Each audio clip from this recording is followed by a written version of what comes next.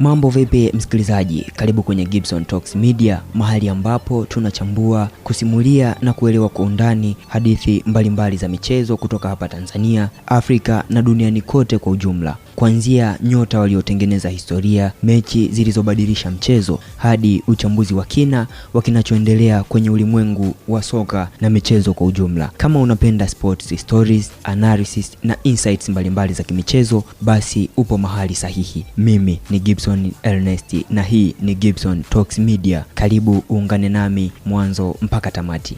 Leo hii katika podcast yetu tunaenda kuangazia historia ya mchezaji George Weah.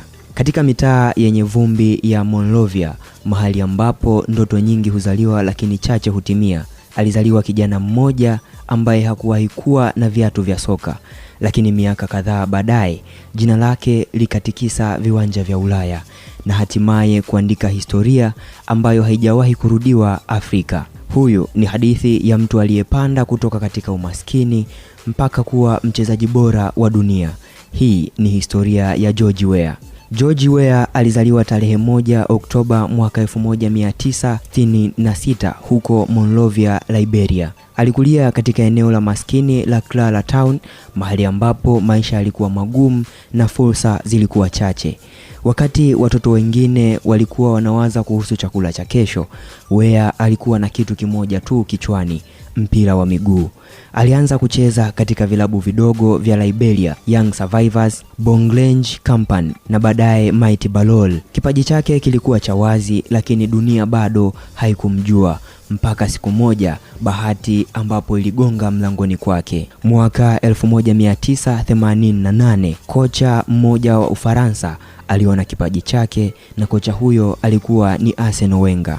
Wenger alimchukua Weah kwenda AS Monaco. Huku hatua hiyo ilikuwa ni kubwa sana, kutoka Liberia mpaka ligi ya Ufaransa. Huko Monaco, Weah alianza kuwashangaza watu kwa kasi yake, nguvu na uwezo wake wa kupachika mabao. Baadaye alijiunga na miamba wa soka la Ufaransa, Paris Saint-Germain, yani PSG. Hapa ndipo jina lake lilianza kusikika Ulaya nzima. Aliiongoza PSG kufikia hatua za juu za UEFA Champions League na mabao yake yalikuwa ya ajabu. Lakini kilele cha safari yake kilikuwa bado kinakuja. Mwaka 1995 ulikuwa mwaka wa kihistoria. Weah alisajiliwa na klabu kubwa ya Italia, AC Milan.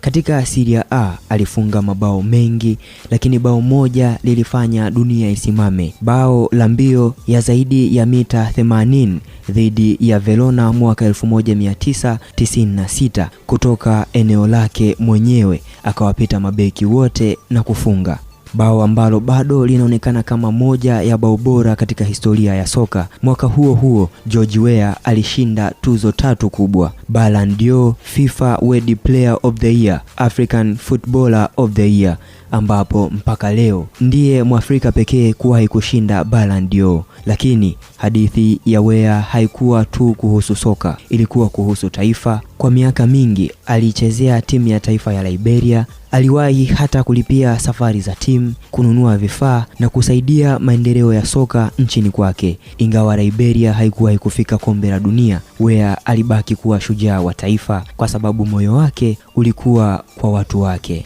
Baada ya kustaafu soka, Weah hakutaka kuacha kuisaidia Liberia. Aliingia kwenye siasa. Safari yake haikuwa rahisi. Aligombea urais mara kadhaa, akapoteza mara ya kwanza, lakini mwaka 2017 aliandika historia nyingine. George Weah alichaguliwa kuwa rais wa Liberia, kutoka kucheza mpira mtaani mpaka kuongoza taifa, hadithi ambayo inaonesha nguvu ya ndoto. George Weah sio tu mchezaji wa soka, ni ishara ya matumaini kwa Afrika na kwa vijana wanaotoka katika mazingira magumu. Hadithi yake inatufundisha jambo moja: mahali ulipotoka sio lazima paamue mahali unapoenda. Kutoka Clara Town mpaka Ballon d'Or, kutoka uwanja wa mpira mpaka ikulu ya taifa. Hii ndio hadithi ya George Weah, na hadithi yake itaendelea kuhamasisha vizazi vijavyo.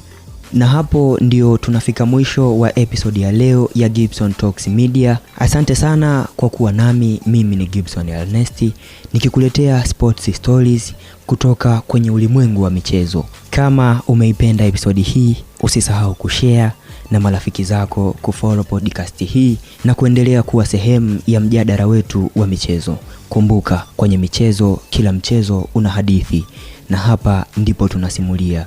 Mpaka wakati mwingine, stay informed, stay passionate and keep loving the game. Mimi ni Gibson Ernest. Tutaonana tena kwenye episode nyingine ijayo.